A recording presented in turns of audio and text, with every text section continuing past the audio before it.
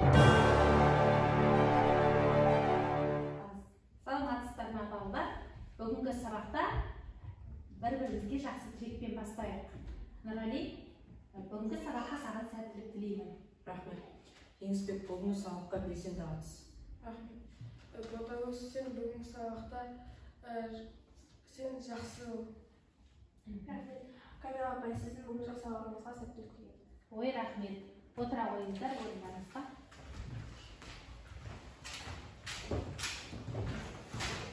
Ал енді балалар, назарымызды тақтаға аударайық. Тақтадан не көріп тұрмыз? Нелерді көріп тұрмыз тақтадан? Кемелер.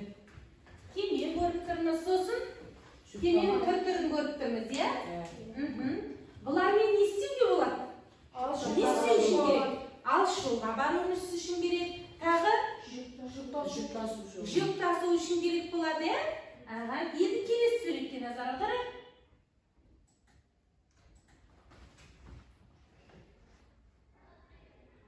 Мына суретте нені көріп тұрмыз? Азық-түлік. Тасып жатқан Грузовик. көлік. Жүк көлігін көріп тұрмыз. Көрдіңіздер ме? Сонда бір қаладан бір қалаға азық тасымалдану үшін көліктер қажет. Ал енді біздің өсімдіктің бір мүшесіне, екінші мүшесіне заттарды тасу үшін не керек екенін білесіздер ме? Өткенде біздер сабақ туралы, өсімдіктің сабағы туралы сабақты өттік, иә? Ал сабақтың қандай бөлімдері арқылы, сабақтың қандай бөлімдері бар? Қабық, камбик, сосын сүрек, өзек. Тамаша. Яғни маңызды 4 бөлімнен тұрады. Осы заттар арқылы тамырдан, жер асты мүшесі тамырдан келген заттарды жер үсті мүшесі неге тасымалдайтын еді? Жапырақтарға тасымалдайды. Ал жапырақта пайда болған түзілген органикалық заттарды тамырға және өсімдіктің басқа мүшелеріне беретін еді. Сонымен біздің бүгін өтетін тақырыбымыз әлі де болса тасымалдау мүшелері туралы айтамыз. Соның ішінде тамырдың ішкі құрылысымен танысамыз. Жалпы тамырдың 2 типі болады екен. Міне сөйлеткен көріп отырсыздар ғой, екеуі бір-бірінен ерекшеленеді. Тамыр тұқымды және жоғары саттағы споралы өсімдіктердің топыраққа бекіп, одан су, қоректік зат сіңірген, оларды бірқатар бастапқы өзгеріске түсіретін, зат алмасуда пайда болған кейбір заттарды бөліп шығаратын негізгі вегетативті орган. Енді қараңыздар, мынау кіндік тамырлы, мынау шашақ тамыр деп тұрмыз. Екеуінің айырмашылығын айтатын болсаңыздар, кіндік тамырлыда негізгі тамыр айқын білінеді. Негізгі тамыр айқын білінеді, және одан шығып тұрған жанама тамырларын көріп тұрмыз. Ал шашақ тамырда негізгі тамыры көрінбейді. Барлығы да жанама тамыр сияқты болып тұр. Сөйтіп біз тамырдың 2 типін ажыратамыз. Ал енді әрі қарай осы бір тамырдың өзінің бөлімдері қандай болады екенін бүгінгі сабақта өтетін боламыз. Енді тамырдың өзінің жеке алып бөлімдерін назар аударатын болсақ, тамырдың ең ұшында тамыр оймақшасы болады екен. Тамыр оймақшасы. Бұны жалпы тамыр бөлімдеріне кіргізбейміз, басқаларды кіргіземіз, бұл тамыр оймақшасын кіргізбейміз. Тамыр оймақшасының өзінің атқаратын қызметі бар екен. Яғни тамыр тереңге қарай бағытталып өспей ме біздің? Сол кезде жолында тастар, немесе қатты жер кездесуі мүмкін. Сөйтіп тамырдың мына бөлігін зақымдамас үшін осы тамыр оймақшасы кішкене ылғал бөліп тұрады да, соның алдын босатып келе жатады, көрдіңіздер ме? Сонда ол қорғанышта қызметін атқарады. Әрі анаған жолды аштырады, яғни тамыр тереңге қарай бару үшін. Одан кейінгі аймағы өсу аймағы, бөліну аймағы. Бөліну аймағының несінде жасушалар өте сақталып көп бөлінеді. Яғни біздің тамырымыз мына жоғары жағынан емес, ұшынан өсетін білуге болады. Бөліну аймағының есебінен өсу аймағы пайда болады. Өсу аймағынан кейін сору аймағы пайда болады. Сору аймағын көріп тұрсыздар, нелер тұр? Жанама тамырлары өсіп тұр. Сору аймағы деп атайтып тұр, нағылат деген сөз ол. Сорады. Яғни топырақтағы минералды затты, суды сорып, тамырға береді, тамырдың орталық бөлігіне береді. Ал енді осында жиналған жаңағы қоректік заттар мен су әрі қарай қайыққа өту керек? сабаққа қарай өту керек. Яғни бұл жердегі бөлімді өткізу аймағы деп айтамыз. Мінекей, енді сіздер мәтіндер, кітапта мәтіндеріңіз тұр, соны бөліп алып айтамыз қазір. Ал қайсымыз дайынбыз? Ботагөз дайынбыз ба? Шыға ғой ортаға.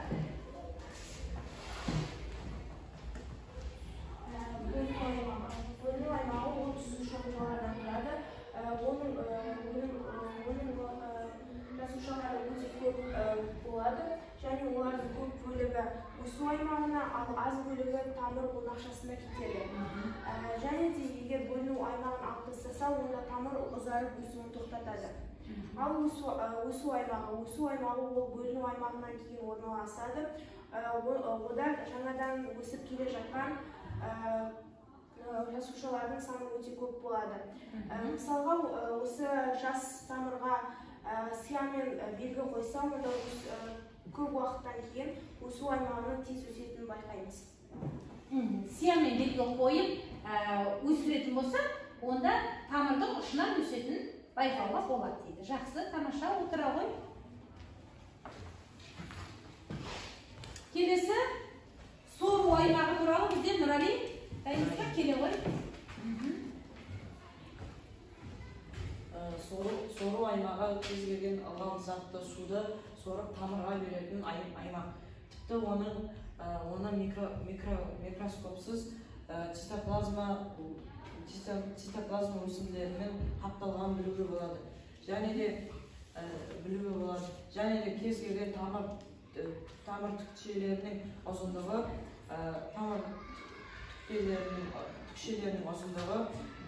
кез келген миллиметрге өседі. 1,3 миллиметрге өседі. 1,3 миллиметрге дейін өседі, иә? Жақсы, сонда сору аймағының қызметі не болды? Ылғалды су заттарды сорып тамырға береді. Иә, тамырды ортақ бөлімдеріне береді.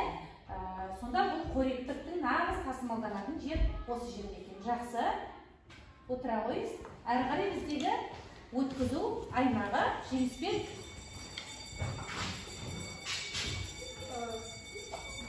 Өткізу аймағы сору аймағындағы минералды заттарды тамырларға өткізеді.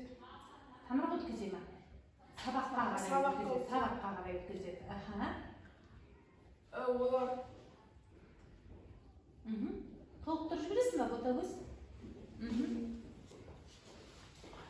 Осы өткізу аймағының басты қасиеті ол заттарды осы сабаққа өткізу болып табылады. Өзі кішкене ғана бөлікті алады, сабаққа қарай өткізеді, иә?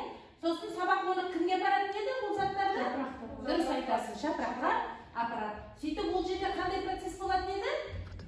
Фотосинтез болады. Яғни сол жерде осы барған бейорганикалық заттардан күн сәулесінің нәтижесінде органикалық зат дайындайды. Органикалық зат дайындайды. Жақсы, отыра қойыңыз.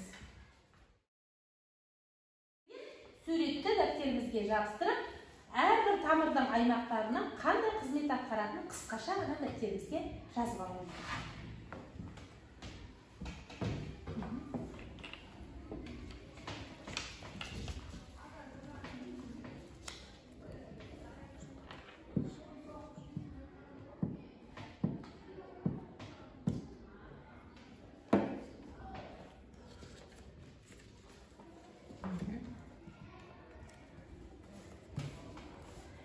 Қысқаша бір ауыз сөзбен әрбір аймақ қандай. Ал келесі тапсырма балалар, бүгінгі сабақта тамыр аймақтары қаншалықты естеріңізде қалғанын білу үшін мына суретке қарай отырып тамыр бөлімдерін жазып шығамыз.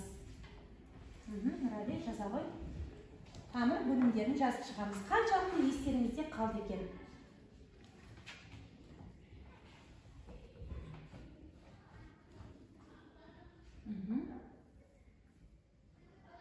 Жеңіспек, өзіңнің есінде қалғанын қарама.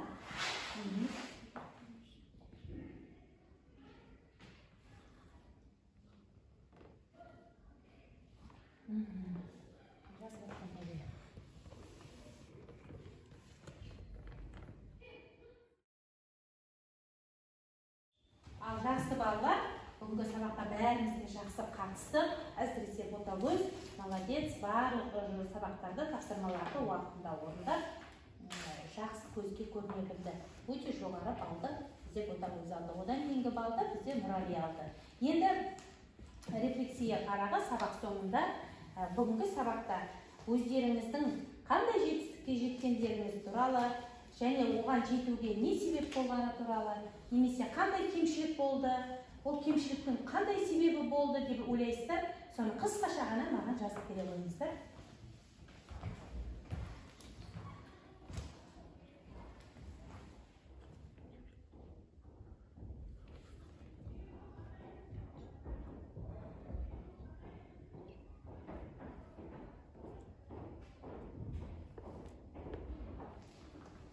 Ал дайынбыз ба балдар?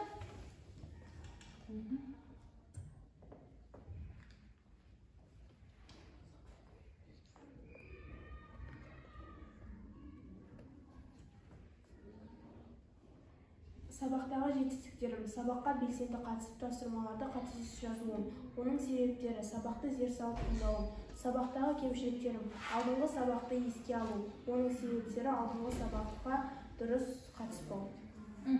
Жақсы. Нұрали, оқи бер енді. Тездетіп оқи бер. Ойыңа былай ауызша айтып жіберіңіз. Менің сабақтағы жетістіктерім: мен бүгін сабақта өте жақсы балл алдым. Өсімдіктердің аймағын жақсы білдім. Тамырдың аймағын, иә? Оның себептері: мен аймақтарды жақсы меңгере аламын. Себебі мұғалімді зер салып тыңдадым. Сабақтағы кемшіліктерім: менің сабақтағы кемшіліктерім мұғалімге арасында басқа жаққа ойым алып кетеді. Бөлініп кетіп отыр, иә? Жеңіспер, сенде бәрі жақсы ма?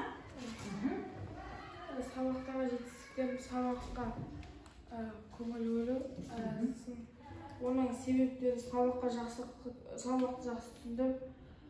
Сабақтағы кемшіліктерім: